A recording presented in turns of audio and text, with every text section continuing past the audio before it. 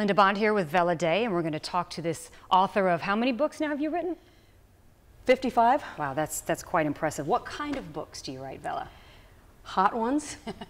I have a variety. Some are contemporary, some are paranormal. The first several of the books I ever wrote were romantic suspense, and then I changed to writing books closer to erotica, and of late I've moved more towards mainstream, where the books are hot and menage. So there's a variety, a little bit of something for everybody. That's correct. But I know you didn't always write as Vella Day, so what other pen names might they find out there? I wrote as Melody Snow Monroe for Siren Publishing, and I got my start with Siren Publishing. I wrote several romantic suspenses and then decided to try erotica. And I wrote 45 books for Siren Publishing, where my friend and I joke that we are basically being paid to learn. And I learned a lot about what to write, how to write, timing, pacing, etc. And then after 45 books, I decided to go off on my own. And because Siren owns the name Melody Snow Monroe, I had to choose another pen name. So I chose Vella Day. And all this learning, what is it that you realized the reader wants? The reader, someone that would read one of your books. Readers want emotion, and they want to be the heroine, and I think most of my heroines really want to see a man who caters to their every needs.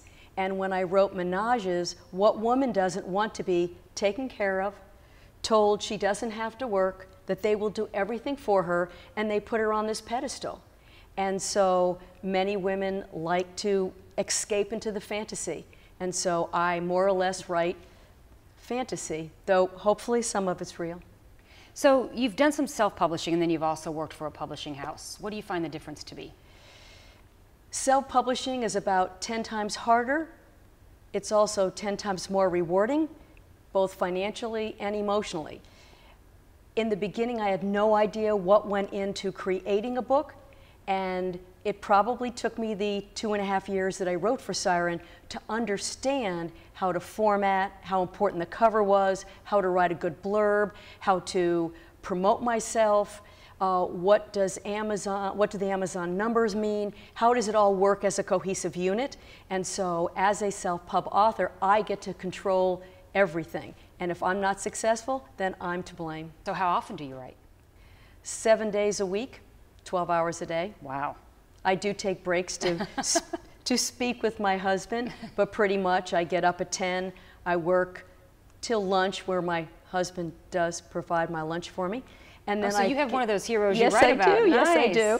And then I work until dinner, and then I spend a few hours with my husband. And then after he goes to bed, I work till about midnight, watch TV till 2, and start all over again.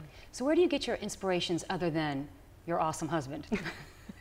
I think everyday life, I run into people who I think are interesting, and then if I find a really cool woman who inspires me, I might then find a hero who is opposite.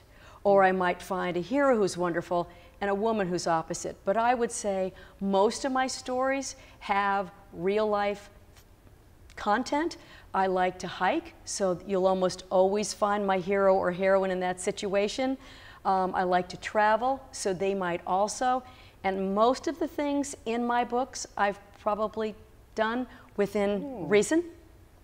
Wow. I've read a couple of your books, so I know what we're talking about. Reason. What's the most difficult part of writing a book? The beginning. For me, getting the characters right.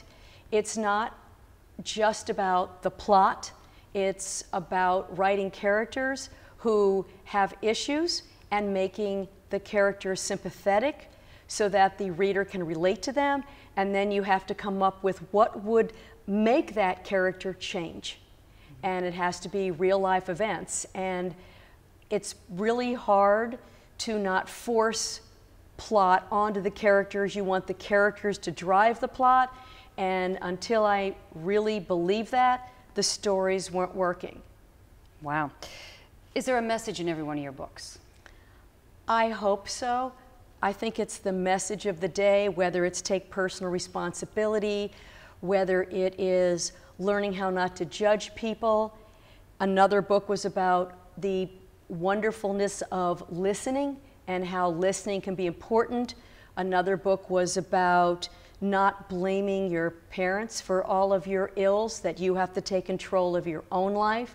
And so I seem to come up with something in my life at the moment that I want to write about. And so most of them are real life stories. And as hard as I do to make my heroines different from me, I've finally given up because they all end up to be me in the end anyway. So what's next?